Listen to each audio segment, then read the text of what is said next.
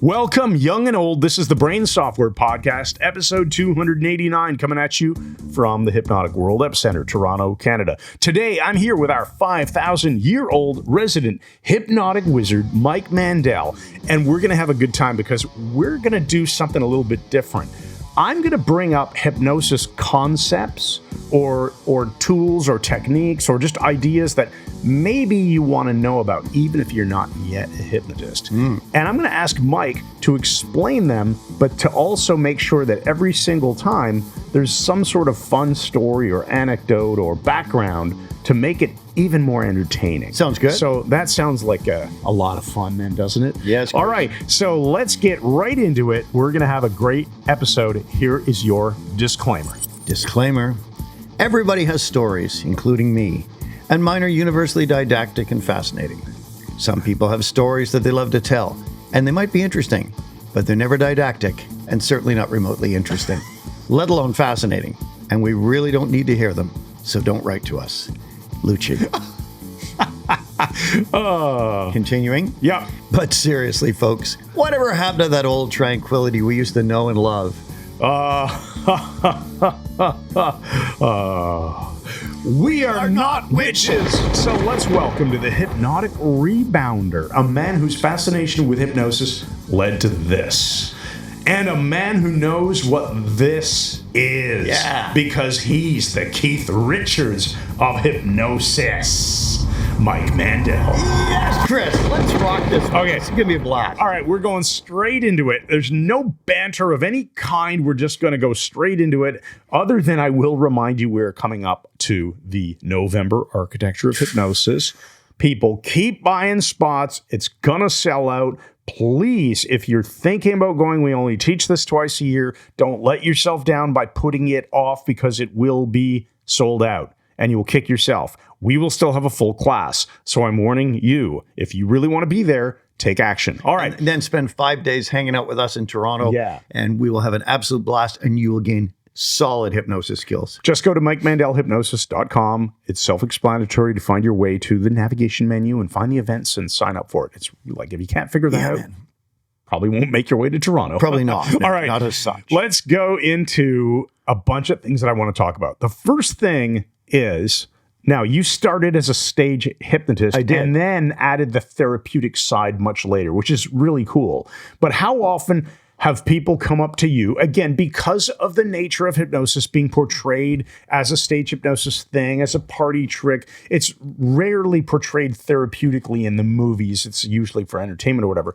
But how often has someone just said to you, well, hypnosis, isn't that just a stage trick? Isn't, you know? Well, not in those exact words, but yeah. I think what people mean is when you see a hypnosis stage show, it's not real hypnosis. Yeah, right? Are they faking it? Well, watch the video on YouTube, a guy talking about this, and it was nonsensical because the person does not know that it should be any different when they're on stage than in a therapeutic setting. There's nothing that's going to change The brain still works the same way. That's right. Right. So you don't have to have a quiet little office to hypnotize someone. And when I watch a stage show, yeah.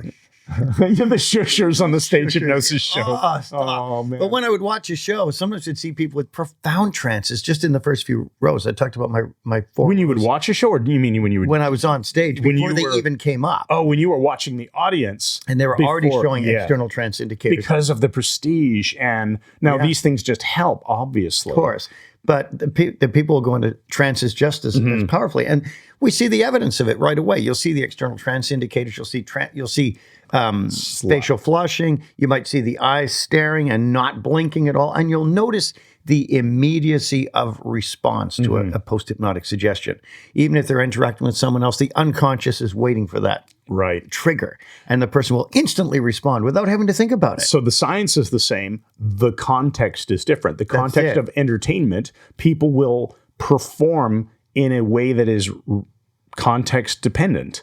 In a therapy session, they're not going to be asked to cluck like a chicken or dance with a broomstick or something. No, definitely not. Yeah. So the context is they wouldn't do it in that setting, but they volunteered for stage hypnosis. But they will respond contextually appropriate to things like imagining certain things in their lives so that they heal problems and stuff. Just like we talked about in the look last at another episode. aspect of it too, Chris. Like our good friend Asad Mekki, master hypnotist, one of my students years ago, and Colin Mockery from Whose Line Is It Anywhere?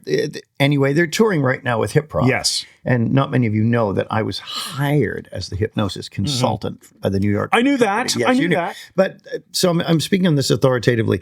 What Asad does is he trances people out, does a really good job, uses a modified Conradi-Leitner induction, and then Colin takes over and turns these random people into phenomenal improvisers. Yes. Now, there's your indication that hypnosis is And working. that's the cool thing about People it. So with the improv skills, responding instantly and coming up with different characterizations. Right, which essentially is very much closer to stage hypnosis than therapeutic hypnosis. But again, the principles are the same. These people, maybe for them, it is therapeutic to be suddenly realizing that they can do improv.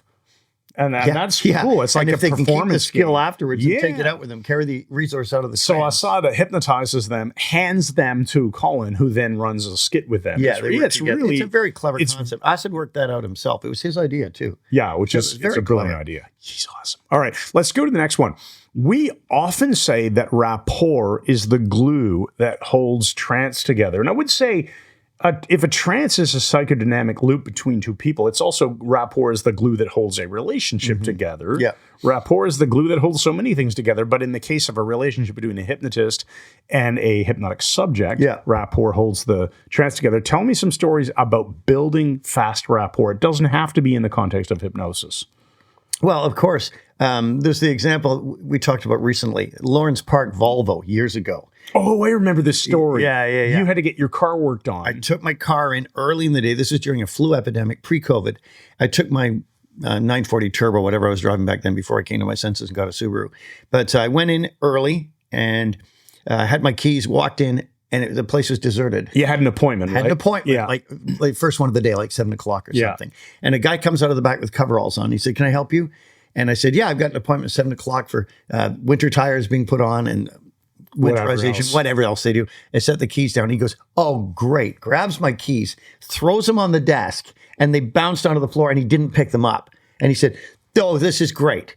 And he just went on a freaking tirade. And I watched him. He said, "I've got two mechanics are sick. I'm not even meant to be working on this desk. I'm coming out to answer this. We've got 4 people sick with flu." And he just went through it, rage. He said, "This is ridiculous. I'm expected to do this. I'm expected to hold the line here and make everything work for everybody." Then they overload me with appointments. I didn't say a word. I let him go. Yeah. And then I offered back his language. Now, the key to building instant rapport was I mirrored his anger, but at a level below his, slightly below. Yeah. What are you doing? I'm mirroring you.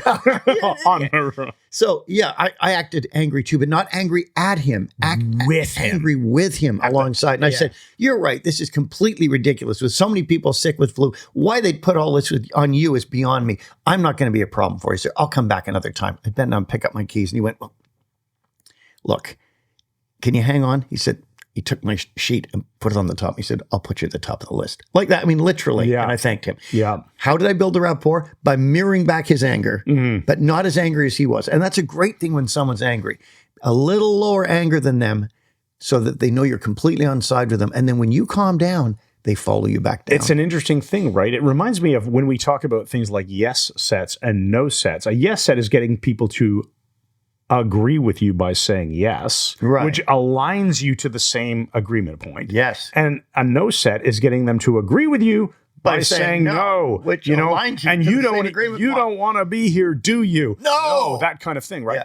This is the same thing. You can be aligned at something good, or in this case, you can match this guy where he is and be aligned at agreeing with him on something that's bad. Yeah. Either way, you get rapport. Instantly you get rapport. So that's beautiful. align with people to get rapport. That's Okay, amazing. look at that. I forgot to hit start on my stopwatch, so we know what the crying out loud. so we can track this time. But let's get to the next one. All right. So many times people seem to mess up the understanding in hypnosis about a hypnotic suggestion versus a direction, which I guess wouldn't be a hypnotic direction necessarily.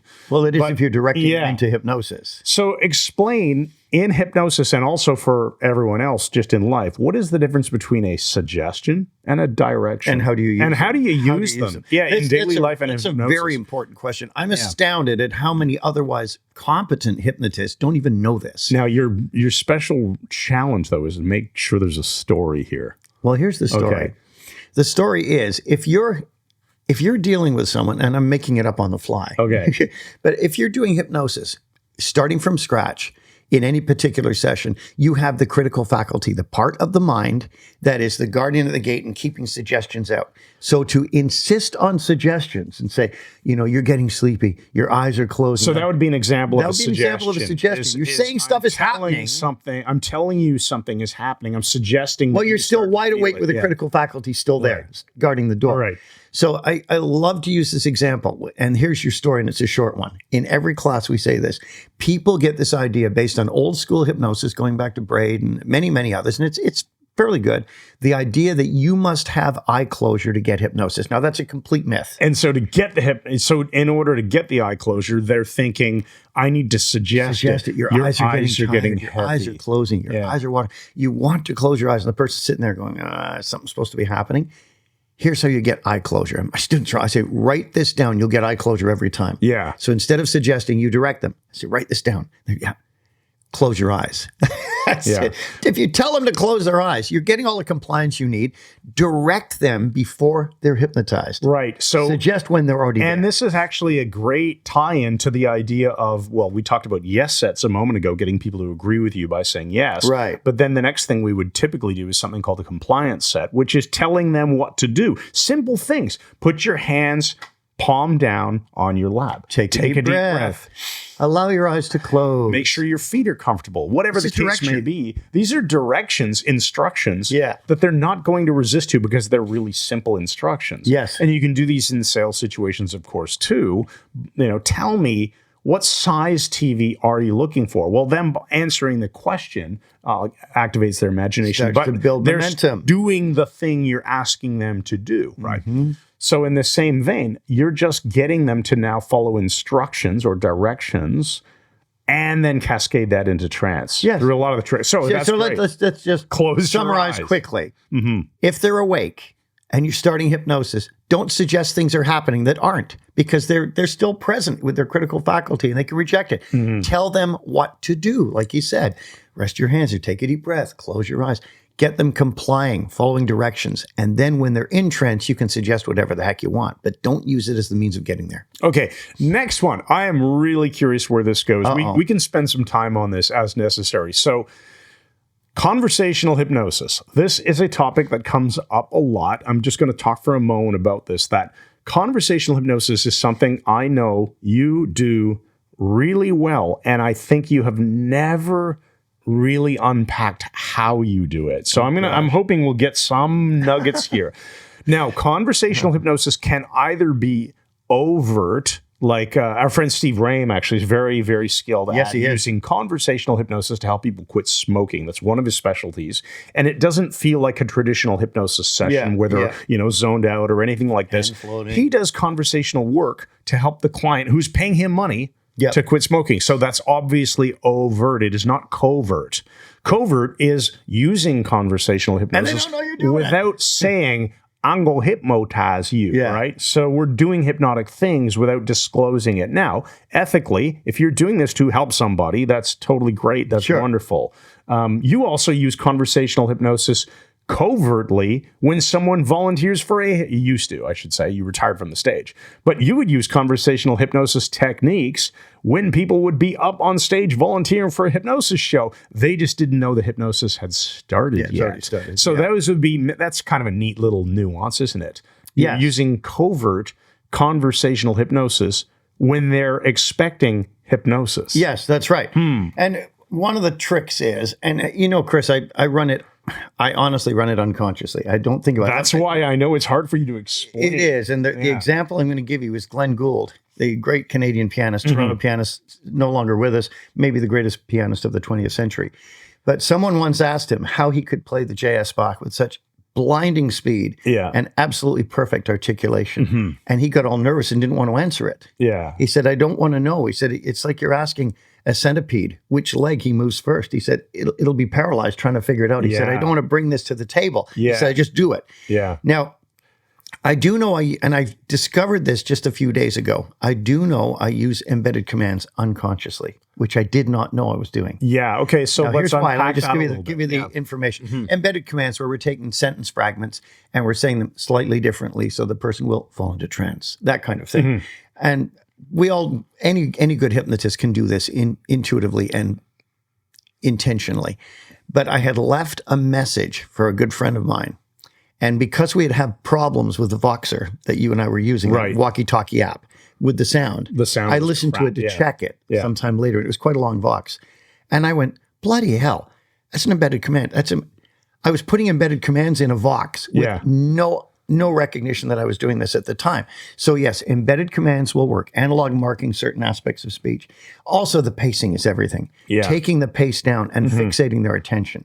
That's what caused Pep to forget to put his umbrella up, even though it was teeming rain, and he was carrying it in his hand. And his head. Yeah, actually, so I'll help you unpack this a bit, because again, that's why I brought it up. I know this is something that you do unconsciously, just like Milton Erickson did this stuff mostly by learning and experiencing, and he didn't write about how he did it. Bandler and Grinder modeled him and understood it, and then unpacked it. So I'm sort of playing that role where I'll notice, for example, you will use embedded commands, but you will seed suggestions metaphorically first. So, for example, in that story where Pep had asked you, hey, Mike, can you tell me about conversational hypnosis? And you, dickishly, of course, don't answer his question. Don't explain anything about conversational hypnosis, but you leverage my brother-in-law's sinuses. You say, sure, but let me just let you know that when we leave the pub tonight, whatever, was it Bruce?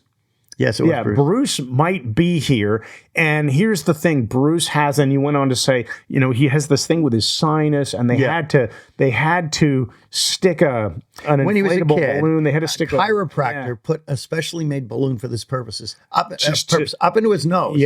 Inflated it to pop his sinuses open it. And you even made a gesture like this. Yeah, and then popped it down the back of his throat. All these fragments of balloon come out to try to pop his sinuses open.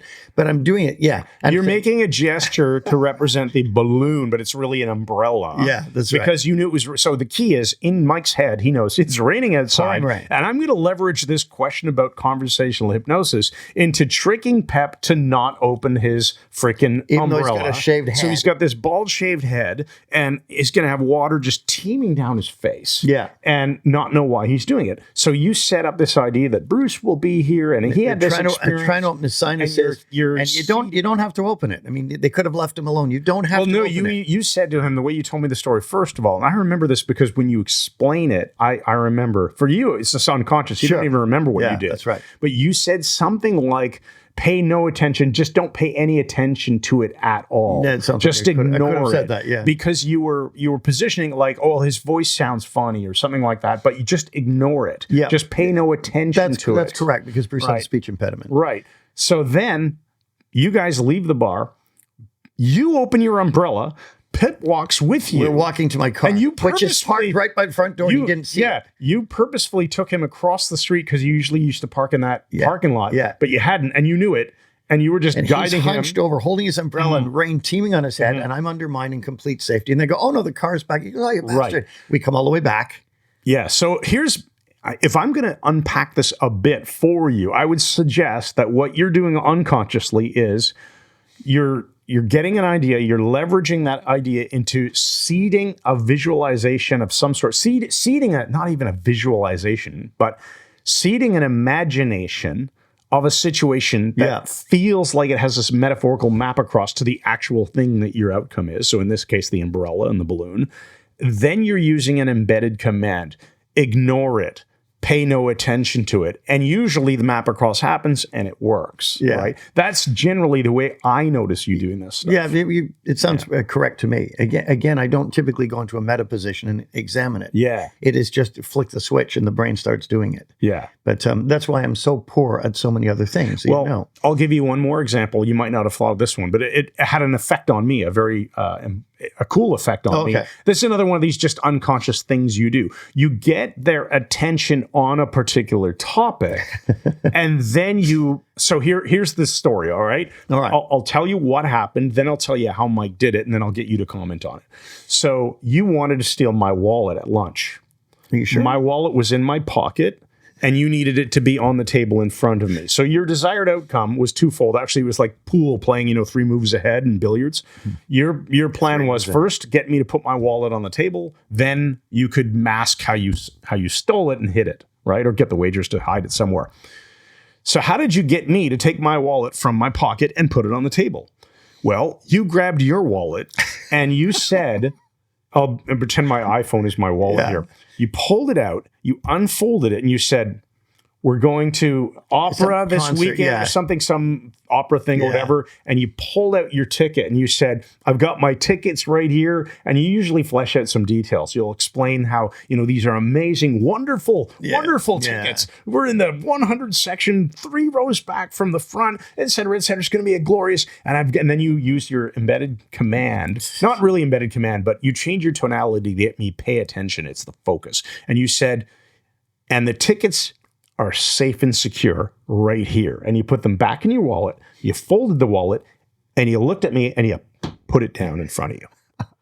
You don't think about this, but I barely remember retrospect now remember. So what did I do? I grabbed my wallet because I'm thinking my wallet is safe and secure too, and I put it on the desk. Yeah, I've already checked that mine is safe and secure and marked that. And now let me just check what mine is as well. It's like when someone says, "Oh, do you Where's have my your iPhone?" If someone goes, "I forgot my sunglasses," you immediately go, "Oh yeah, they're still in my head." Where's here. my iPhone? Yeah, and then look for yours right away. And so you knew that by marking out that safe and secure, I'd probably just check, make sure he hasn't stolen my wallet yet or whatever. Unconsciously, I didn't even think about it. I just unconsciously checked and went, "Yep." And I matched and mirrored what you did because we were in rapport, as we often are. So this is how you got. And then you swiped the wallet by covering it with a menu. I said, "What are you ordering?" And you said, "Oh," and you made something up. And I said, "Where is that on the menu?" And you go, "Oh, it's right here." And you get my wallet. So this is Mike's version of conversational hypnosis. I think it's quite clever because you can aim that at creating any kind of emotion that will help another person. So there you have it. And of course, Chris, conversationally, another thing we both do a lot is using metaphor. Yeah. Just telling a story, which reminds me of, and you go into the metaphor. That's pure Milton Erickson. Though. Yeah, for sure. We'll come up with some more stories about that later. All right. So that's awesome. So I think that was a fun discussion. Yes, and we've still got some good time. Let me ask you now about presuppositions. Now, specifically, a presupposition is just anything in language where in order to understand the sentence or the paragraph, whatever, there's something that is assumed to be true. When we go to lunch and continue this discussion, there's an example. When we go to lunch presupposes that Mike and I are going to lunch today. That's it. So that is what a presupposition is. That's what it means. My question is, I notice that you use a lot of the time presuppositions to frame a problem as if it's in the past. Yeah. So you will change tenses. Mm-hmm. Sometimes in the middle of a paragraph, you will be using present tense, and then shift something into past tense. Yes. Which slips past the critical faculty almost every single time. People don't consciously notice this, and it fixes things. Yes. Can you talk about that and tell us some stories? It's a temporal shift. You're changing something, its location in time. Well, not really, because we don't have freaking time machines, but it's the perception of it is shifted as now being in the past. And another thing is, of course, spatial anchoring and spatial shift. So we can change things temporally at time, we can change them geographically in space. All right. That problem, well, let's just put that aside and that is now perceived by the brain as being put aside. And you can repeat it until they leave it there. But I won't go into the whole thing because it's a long story, but this is what I did with the RCMP officer at the main depot in Regina in Canada. So RCMP is Canada's federal police, like the FBI. Right. And I did a demo showing just how interviewing you can create false memories. And so it was all done through there was a temporal shift. So I got a guy who was like 26-year-old cop, plain clothes, super nice guy. Where do you live? I live in Winnipeg. Oh, did you ever go away in a summer cottage or summer? Yeah, we had a place up near Moose Jaw. I used to love it. Oh, you can imagine. Like just here, sit back in that Just chair. close your eyes and imagine you're pretend we're sitting there in now. lawn chairs and it's a beautiful evening. You've had a great day. We've cooked something beautiful, nice on the barbecue. That's what Derek would always add, something Right. pleasant on the barbecue. Yeah. And saying, you ever notice how dark it would get back in those days? All past tense. Yeah, past tense. And he said, yeah, really dark. You see a lot of stars up there near Moose Jaw? Oh, tons of northern lights and stars. Notice they were different magnitude. Yeah, some stars were very bright. Was one of them really bright? And I'm speeding it up here. Was no one of them, hypnosis. He said, yeah, come to think of it, one of them was really bright one night. I said, was it moving? And he said, and I could see him moving his eyes onto the eyelids. And he went, actually, it was moving. I'd totally forgotten that. All past tense still. Past tense. And then I said, is it a star? Or is it something else entirely? Yes, I love And that. he goes, I remember that. It's a UFO. It landed behind the trees. I Now totally it's present forgotten tense. that. Yeah. That's the key. So now it's present tense. Yeah. Okay, I love that because that's a demonstration of false memory, creating a false memory. Paramnesia. Yeah. The opposite of that might be that somebody's describing, well, I have this worry and this problem and this situation. They're describing their problem in present tense, and you speak back to them and you work on it, and then you reframe by presupposing it's in the past already. That thing you used to have. And when, that anxiety that you felt, or whatever the case may be. So this is just another way of doing it. Now, how can someone learn how to do that? Just practice. The only way. Do you remember learning it from any of the Mandel and Grinder books or anything like that? Not specifically, but when transcripts of Erickson. Erickson transcripts, the Rossi stuff. But once I started doing hypnosis with a more Ericksonian model, having done Derek's, it just starts to become. Then I started reading. No, I had started studying on it constantly. So then I just devoured all Erickson stuff and Mandel and Grinder, and it just gets hardwired in. And any of these things, your language generator, hypnotic metaphors, practice makes perfect with it. You cannot get to expertise and wizardry without doing the practice. Experiment with it, guys. Take somebody's language, match and model it, and then swap out the present tense with a future tense state. Sorry, future tense. No, it's not what you want. Swap it out with a past tense statement about the problem they had. Yeah. It'll be really interesting. It can even be as subtle as, once we clear something and saying, and when you look back now on that problem, look back. Now, that's already implicit. Look back on the problem you had. You don't have to say the problem you had. You can just say the problem that was there. Look back, is the key. Yeah, and when you look back at how bad it was, implication it's not that bad That's anymore. right. Yeah, it's really interesting. You can have some fun with this.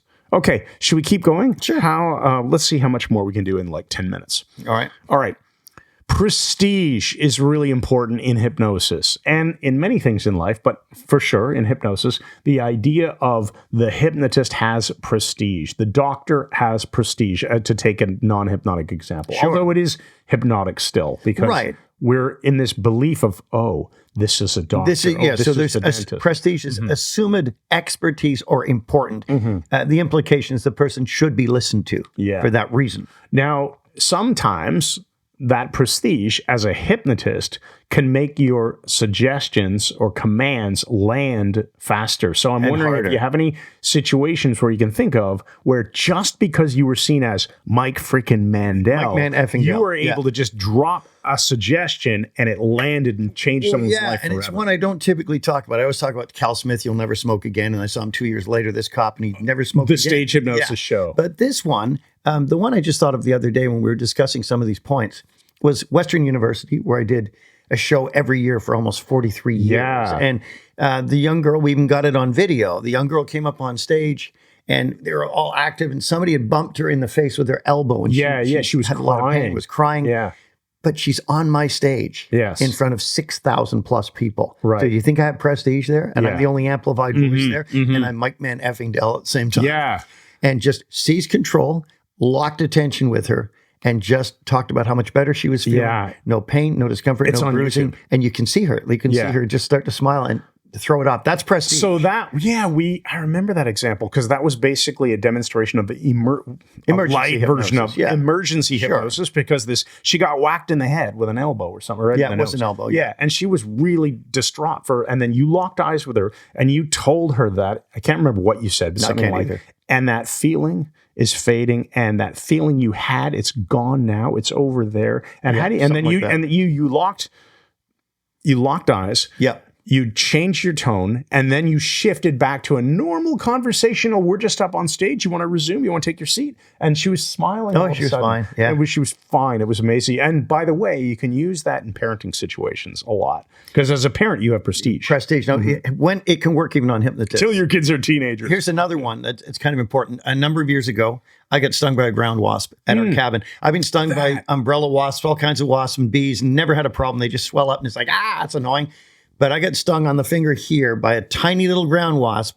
And I said I wasn't feeling great. Told my wife, I said, keep an eye on me. Then my hands, the palms started to prickle, really prickling and feeling hot and weird. And you'd not had that feeling Never before. in my life. And my back, she said it was red like a lobster, like my whole back had gone red. And you knew what that meant. And I thought, okay, there's something bad here. I do not want to go into anaphylactic shock. So she got me in the car. Minden Hospital was 10 minutes away. Of course, they've closed it. Our brilliant government.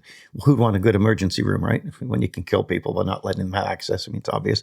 So I'm on the way there in the car, and I'm starting to now feel my throat is starting to close, which is really dangerous with this. So I knew what to say. I went into the thing. There's a guy with his arm bleeding and a bandage, and somebody else. And I went up the counter and I said, I've been stung by a wasp, and I'm having a systemic reaction to it. A systemic relaxation. Even deeper relaxation. That freaking hypnotist. Remember that? Relaxation. Even deeper relaxation. It's called relaxation.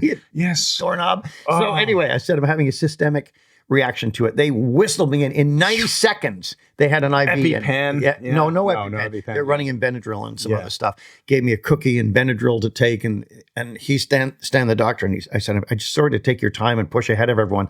I didn't want to go into anaphylactic shock, and he just stopped me and said, "Sir, you are in anaphylactic shock." I was like, oh shit, because I know you can die from that.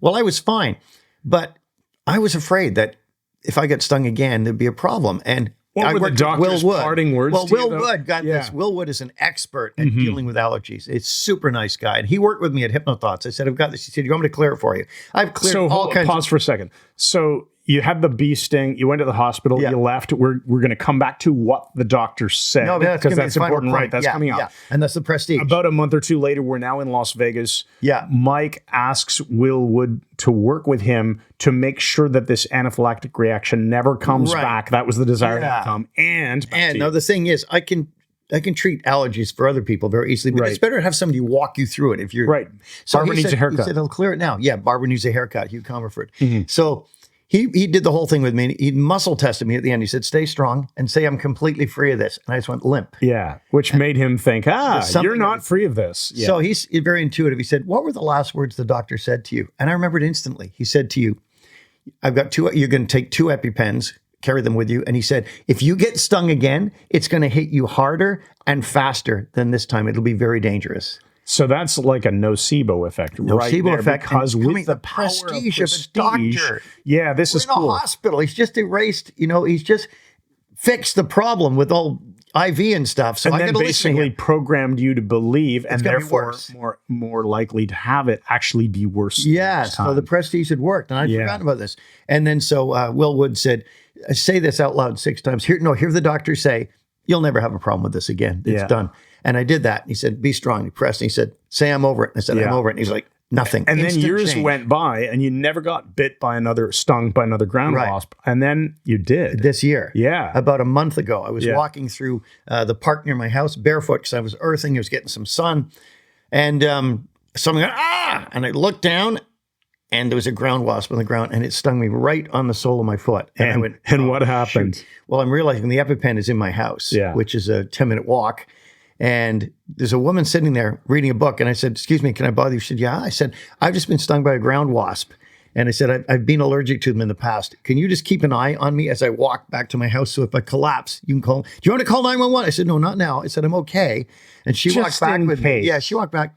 And nothing. It didn't even come up. It just faded. So his work. I love this because you've explained how prestige probably made a problem worse. Yeah. And it was against you, not you having the prestige in this case. It was someone else who had prestige with you. Yes. Yeah, and unconscious prestige. And not being stupid just because the problem was actually solved. You couldn't know that. You're not going to just go, it'll be fine. I don't give a toss. What if it didn't work? Yeah. You don't want to be dead. Yeah. So, okay, awesome. That's a great one. I think we've got time for, let's see how many more we can do here. All right. Confusion is a huge part of what you do, even though it never seems to get formally taught. And I want to unpack a little bit of this. Confusion creates a scramble and opens the brain to be receptive to whatever comes next a lot of the time. Yeah. But let's talk about some examples where you have used confusion on purpose to generate some sort of outcome. Confusion will be my epitaph as I crawl a cracked and broken path. So there's a good example. You used to say, that reminds me of, we'd be hanging out at a pub or something, and you'd just say some weird, nonsensical stuff, but you would look as if it meant something, and anyone who, whether it was me or someone else, just looking at you like they're lost. Like they don't Sheriff and the Goofer? Yeah, no, or I can't even remember. Press at the blots. Just sentences that didn't make any actual sense. Yeah. Sense. Not just random words. Like, press at the blots was a good example. Actually, that's a great one. Tell that story, how what you would do in our hypnosis class to demonstrate confusion. People think they haven't been paying attention. You'd basically get people back from an activity. And then let's say they were working in groups of two. So person A worked on person B. Yeah. Now they're coming back. We're having a bit of discussion, and I'm going to flip it around. Now person B is going to be working with person A as the hypnotist.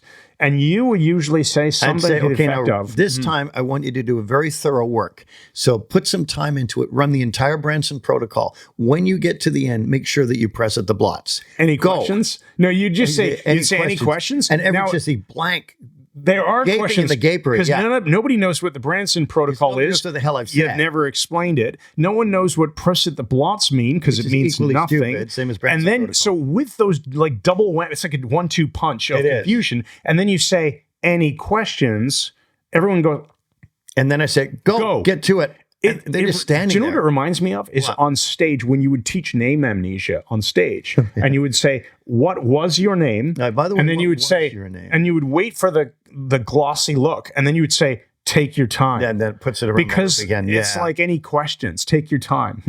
And so okay, there's an example of confusion. Also, I'm thinking about, you would make up just random things that you would say to people, like, "Remember to warn Tilly about Did you remember to warn Tilly about not going to the Costa Brava?" And now, the person says, "What? Is the Costa Brava a real thing?" Yeah, it's part of Spain. Yeah. So this is another thing you do. You take a thing that's real, but then you package it in a story that isn't. Like the Bagman. Or like the idea of warning Tilly about who's Tilly? About not going to the Costa Brava.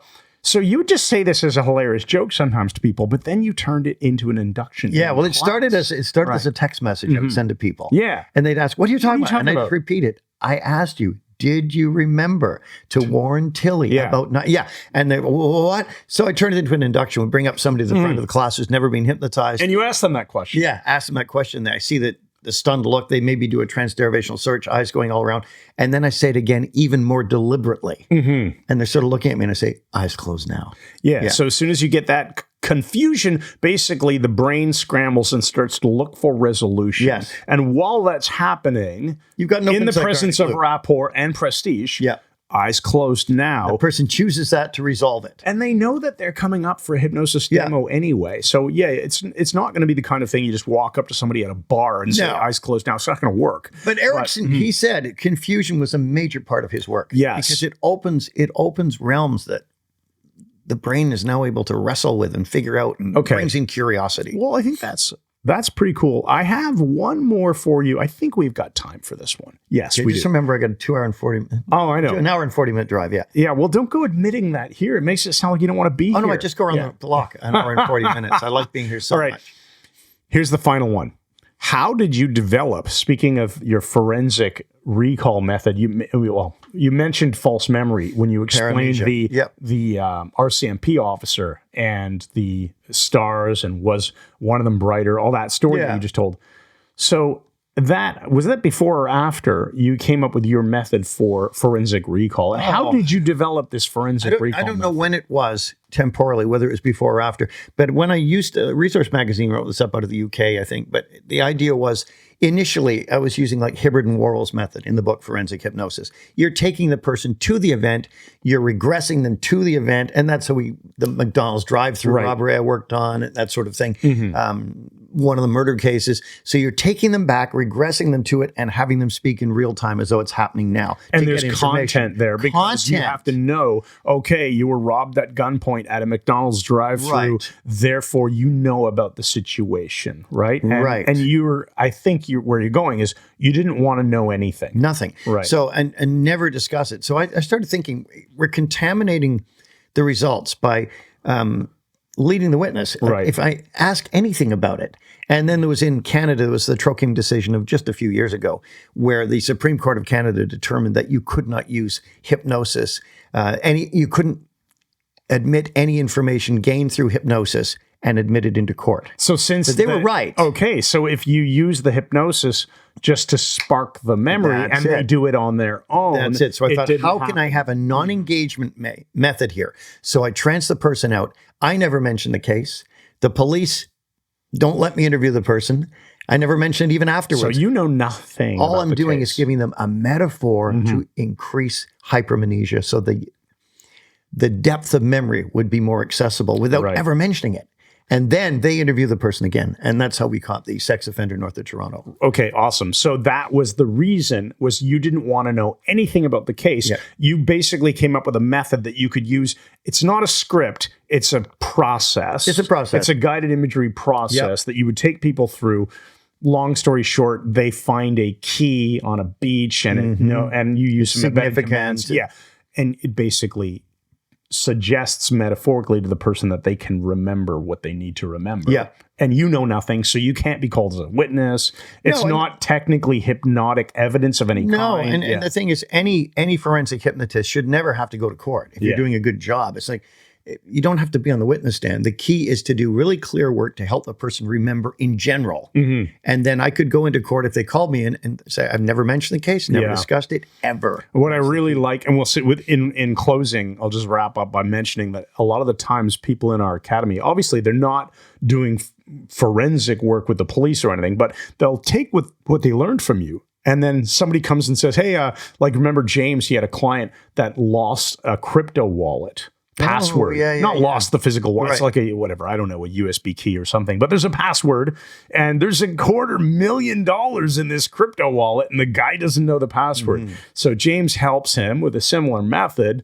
Suddenly the guy remembers his password and James is the rock star. Right? We've had lots of different things like that happen. People losing, I put my wedding ring somewhere. I can't remember where I put it. Set it down. I hid it. I'm about to sell the house. I need to find it. And people are helping people find these things. Yep. Which is really freaking cool. It's very cool. Yeah. Okay. I think that, we have more. We've run out of time. So maybe we'll save these for another episode. We can do that, Chris. We'll slip, maybe if people like this, tell us in the comments and we'll slip more of this stuff into future episodes, even if it's not the entire episode. Sure. So with that said, do we have an empowering question for... Yes, we do. Do you want to read it? Yes. All right. Will.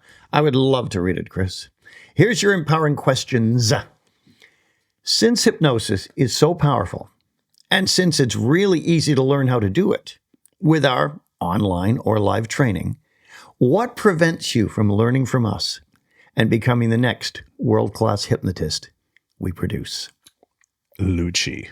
Bavarch. All right, so that has been episode 289 of the Brain Software Podcast. If you want to come to Toronto, the spots are filling up, so make sure you head to MikeMandelHypnosis.com, check out the November training, which will be amazing, and then you can just join the Academy if you're not going to make it to Toronto. Most people won't. We only have like 40-ish spots in every class, so check out MikeMandelHypnosis.com, check out the Mike Mandel Hypnosis Academy. You can get started for $1 for your first week, and find out for yourself. We think it's awesome training. Our students keep telling us it's the best training in the world, but it's $1 to find out for yourself. And that probably is worth it. So with that said, let's end it in our usual method by saying thanks once again. And good night.